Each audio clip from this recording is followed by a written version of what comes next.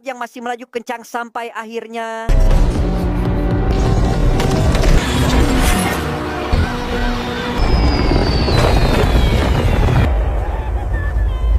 Pikran akhirnya benar-benar berhasil menyelamatkan total 150 orang termasuk para kru pesawat tanpa ada yang terluka sedikit pun, yang mana hal itu terbukti dengan sorakan hangat para penumpang yang merayakan keberhasilan Pikran atas aksi heroiknya dalam mendaratkan pesawat di tengah situasi genting.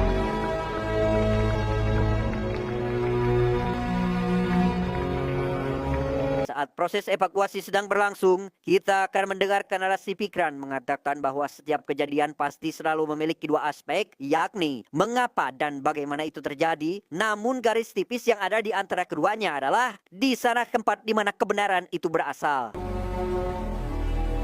इस क्या और कैसे के बीच में जो दायरा है Khawatir karena suaminya tidak ada kabar, istri Pikran lantas menghubungi kakak iparnya bernama Yusuf, mengatakan bahwa saat ini Pikran baik-baik saja dan sedang dalam perjalanan pulang ke Bandara Kochi. Namun situasi mendadak berubah setelah Pikran dan Tania yang baru tiba langsung dicegat oleh beberapa petugas DGCA atau Direktorat Jenderal Perhubungan Udara untuk menjalani investigasi mendalam terkait pendaratan darurat yang telah mereka lakukan.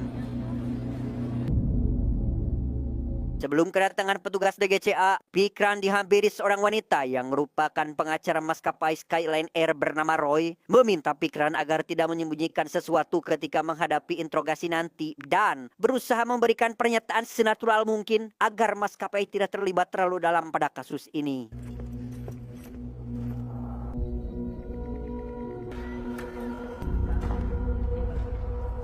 Berbeda dengan Tania yang tampak gugup selama interogasi berlangsung, Pikran justru terlihat sangat tenang saat menjawab setiap pertanyaan dari petugas, termasuk pertanyaan mengenai temuan bekas botol miras yang diduga milik Pikran. Namun karena bukti yang masih belum cukup, para petugas hanya bisa menerima kesaksian dari Pikran yang berkata bahwa dirinya tidak mabuk saat mengendarai pesawat.